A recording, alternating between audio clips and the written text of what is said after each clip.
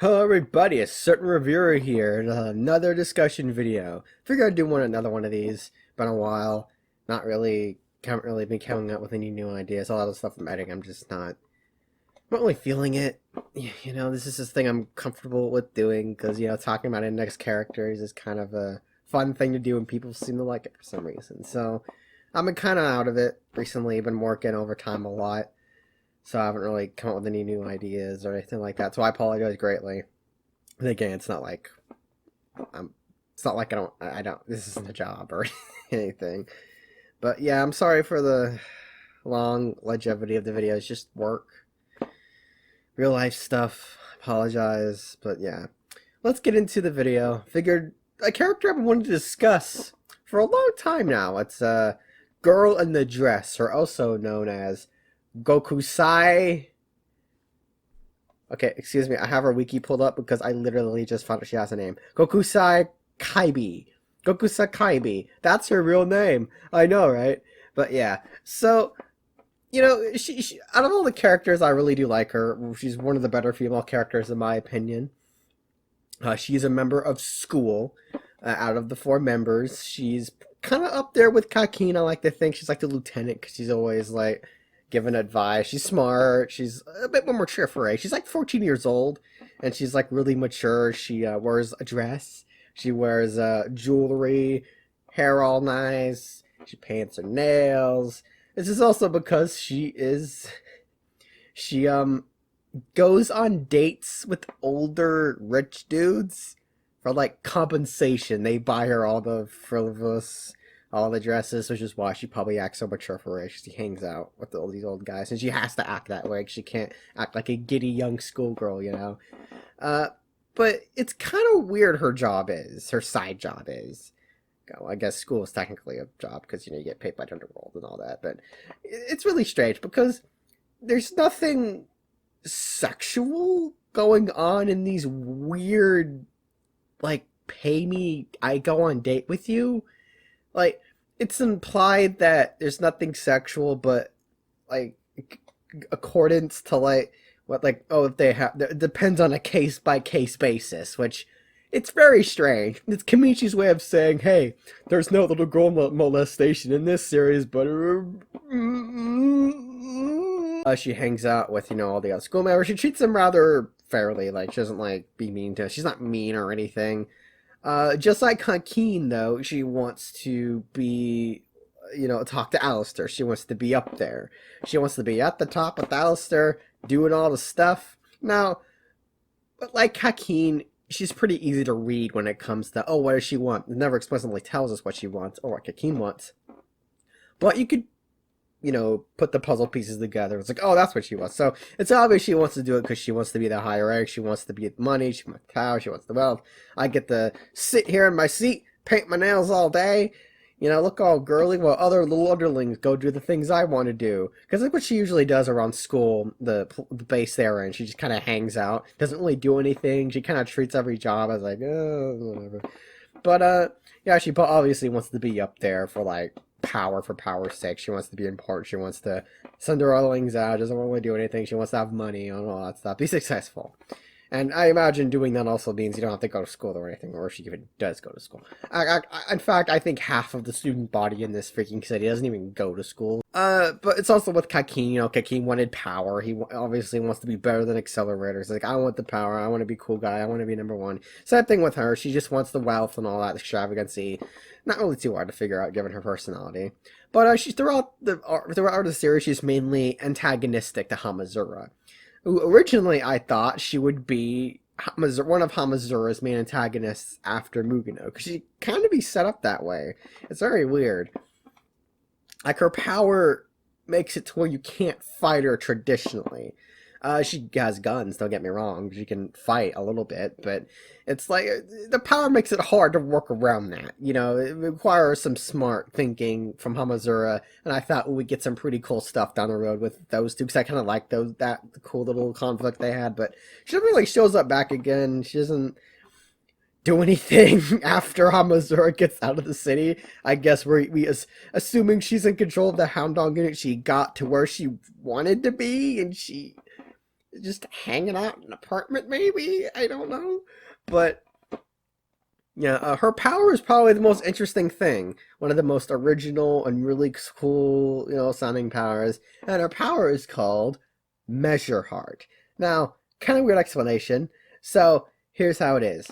Her power is sort of like a form of telepathy. She can uh, adjust the distance between one's heart and hers. Now, I really hate it when anime does this, when they use a heart as an example, because a heart is a muscle. It's not a freaking feeling you have in your head.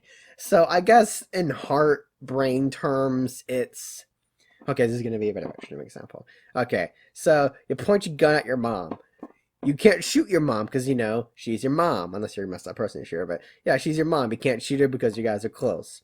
You point it to like a dirty hobo right next to her. You could probably shoot that guy. Don't know him. Don't really. He looks dirty. He looks like he's like drug or something. You could probably shoot him, and you'd feel bad, but you wouldn't really like break down in tears if your mom died. That seems to be what her power is. It sets distance and then it sets like how close you are. So like you point a gun at her and like she can set it to where the same values you would have of you not shooting your mom. Like she's not you don't know her. You know all this stuff about but you can't do it because your brain's saying no, don't know that part of your head. So it seems to be work in that sort of case. Her powers are very strange. Because the person affected by it doesn't like remember their past and like, oh yeah, she was there. Oh, she was there during my funeral. She was there on that restaurant with me. Oh, she was also there when I was pregnant. It's not doesn't work that she isn't inserting herself in your past. The only problem with this measure heart power is that it only works on certain people. You have to kind of know how the person thinks or how they're gonna feel. Because it also influences feelings from the person she's affecting. Like, you don't know her, but you feel betrayed if she was doing something you disagreed with, even though you know for a fact you don't know what she'd do, like, because you don't know her. You get a really weird mix of feelings and emotions from it.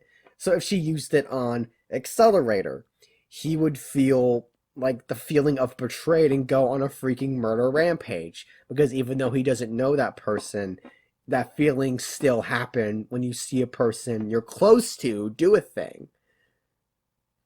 So he would most likely just kill her, like in an instance. Probably wouldn't work on Mugano either. She's kind of the same way. She freaking mowed down Freddy, no problem, went on her. Toma wouldn't work. Even if Toma didn't have his Imagine Breaker, it would be a thing where he'd feel betrayed, but he'd be more likely to course correct you. Toma would just freaking steamline you if you like did something he didn't agree with or whatever. So I doubt her power would even work on him, regardless Imagine Breaker or not. Hamazura seems to affect him pretty good.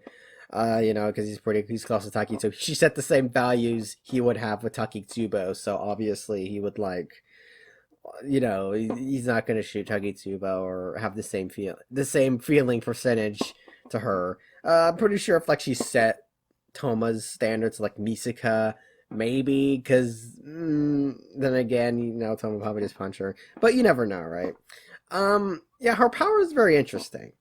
It also, she can't use it when like someone's asleep. She can't set like the values when someone's asleep. Again, it also appears she can't like use it on multiple people. She can only use it mano a mano. So I imagine like a level 5 application of this would be like, oh, I can use it on whatever, and I can set the values to whatever. And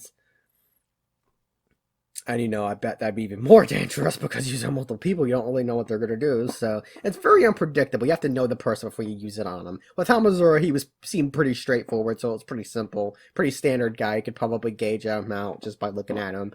Oh, this guy's obviously not going to shoot his friends or whatever, so I'm just going to gauge myself out to be like Takitsubo. The same values, and he's not going to shoot me. And yeah, it didn't. Worked on Kinuhata too, I believe. She used her powers on her to kind of calm her down a bit. It was really weird. But yeah, she never shows up again after she gets Kinuhara. Which is kind of disappointing because she was pretty interesting. I really enjoyed her character. She's kind of smug, really. Like she acts like a lady. She's like mature. I don't know, she's smart. You know, she seemed to know Kakin very well. They seem to be working together for a long time. Hey, there's a spin-off manga with Kakin. Maybe we'll get to know more about it. I don't know. But she also has two sisters in the biohacker arc, which I did not read. She has a younger sister, and then she has an older sister. The older sister looks a lot like a freaking magician from like certain design standpoints, but you know, that'd be interesting too. Maybe her sister's a magician. That'd be kind of cool. Her younger sister has a very sexual outfit on. Like I don't get it. Like these two, like the three designs for all these sisters look very weird. Like they're all sexual. Like the kid has like a weird little underboob hole. It's very weird. Like I was expecting her to replace Frenda because it seemed to be going down that road a bit, where like she pops up. Obviously, Kakin gets freaking splattered. You know, Goggles guy gets splattered. Sniper man gets splattered. And it's like, oh, I have no one. I'm the only one left. You know what? I'm gonna join Item. And you know, after Hamazura and me have the cool conflict or whatever, I was expecting that, but she never shows back up again. Maybe she'll show up back again in GT. I don't know. Alistair's gone. Accelerator is like the new Hokage. So maybe she's like an assistant. Maybe we'll see her somewhere. Maybe a guy will like, hey, you know, Kaibi's been in that apartment for long. She doesn't do freaking anything. She just sits around. Maybe Accelerator visits her or something. I don't know. I think that'd be kind of funny. But, you know, I really liked her. She was really cool. She was like the more level-headed, not crazy person and then next, and I really appreciate those types of characters. Again, thought she'd be a main antagonist on Mazura, but I guess not really. But yeah, cool character. Hope we see her again in the future. And hope you guys enjoyed this video. Later.